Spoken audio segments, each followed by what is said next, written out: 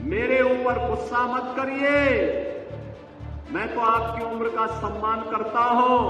आपको गुस्सा करना है तो निजाम पर करिए, हैदराबाद के निजाम को। योगी आदित्यनाथ का ये स्टेटमेंट आया है मल्लिकार्जुन खड़गे के उस बयान के बाद जहां उन्होंने कहा था कि जो लोग भगवा पहनते और सर मुंडवा के रखते हैं उन्हें पॉलिटिक्स छोड़ देना चाहिए।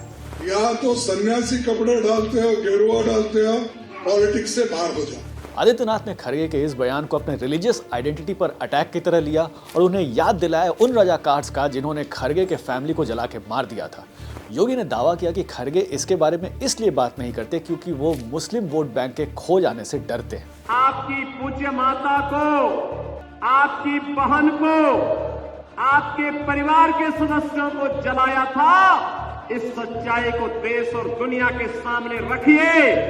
आप वोट बैंक के लिए इस सच्चाई को देश के सामने रखने से कोताही कर रहे हैं। तो आखिर योगी आदित्यनाथ के क्लेम्स में कितनी सच्चाई है, इसके लिए हमें थोड़ा पीछे चलना पड़ेगा। दरअसल पार्टीशन के वक्त हैदराबाद की हिंदू मेजॉरिटी पॉपुलेशन इंडिया के साथ इंटीग्रेशन के फेवर में थी, बट वहां निजाम का रूल था और वो नहीं चाहते थे कि इंडिया के साथ हैदराबाद का मर्जर हो। हिंदूज के डिसेंट को रोकने के लिए निजाम ने रजाकार, जो कि मजलिसे इत्तेहाद का आर्म्ड विंग था, उसकी मदद ली। रजाकार्स ने हैदराबाद में हिंदुओं पर अत्याचार किया, उनके घर लूटे, औरतों का रेप किया। इसी दौरान तब हैदराबाद का बिदार, जो कि अब कर्नाटका में है, वहां एक दलित फैमिली में मल्लिकार्जुन खड़गे का जन्म होता है।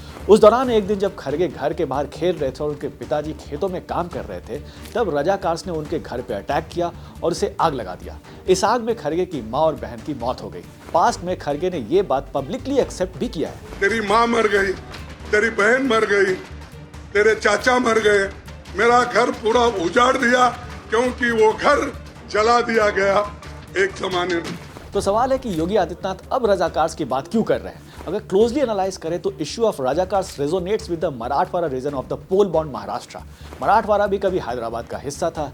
कई बीजेपी लीडर्स जैसे देवेंद्र फडणवीस भी पास्ट में रजाकार्स का मुद्दा हिंदुओं को अपील करने के लिए उठा चुके हैं। ये रजाकारों के वंशज हैं, जिन रजाकारों ने हमारे तमाम मराठवाड़ा के लोगों पर अत्याचार किए, जमीनें लूटी, जिन्होंने हमारी महिलाओं की अस्मत को लूटने का प्रयास किया, हमारे परिवारों को तहस नहस किया, ये उनके वारिस है। ये किस मुंह से हमसे बात करें? मराठवाड़ा मराठा कोटा एजिटेशन का एपिसेंटर भी था, जिसने बीजेपी को रिसेंटली काफी नुकसान पहुंचाया है।